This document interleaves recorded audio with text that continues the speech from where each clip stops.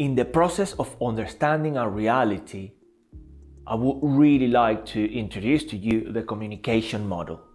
And as you can see, the mind is receiving all of this information from the environment.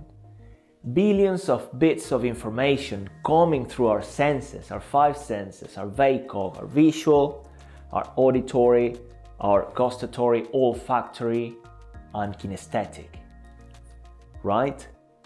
And then our filters kick in. All of these filters that are formed by our beliefs, our values, our experiences, our knowledge, everything we know, our culture, what we learn from our parents, you name it, all of that is in there filtering that information.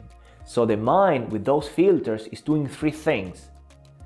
The mind is deleting, is distorting, and is generalizing all of that information. And I will tell you a bit more about that in a moment, because one, the mind is doing all of it, is filtering. In the end, it ends up with between 5 and 9 chunks of information. And that's why, for instance, when we're speaking to somebody, when we're presenting in public, when we deliver way too much information, we tend to overload the conscious mind. And we will be speaking about conscious and unconscious as well, as I said before. So you have those 5 to 9 chunks of information. They create an internal representation, all right, of that thing that we're perceiving as reality at that moment. Then that leads to a certain state within ourselves. We feel emotions.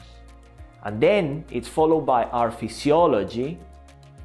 And finally triggers that behavior, which is how we then interact with the environment.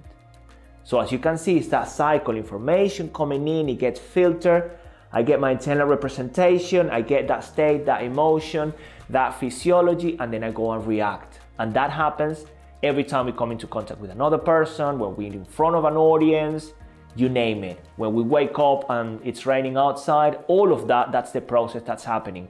And I think it's very important that you get to understand that. And I'll tell you a bit more about it on the next video.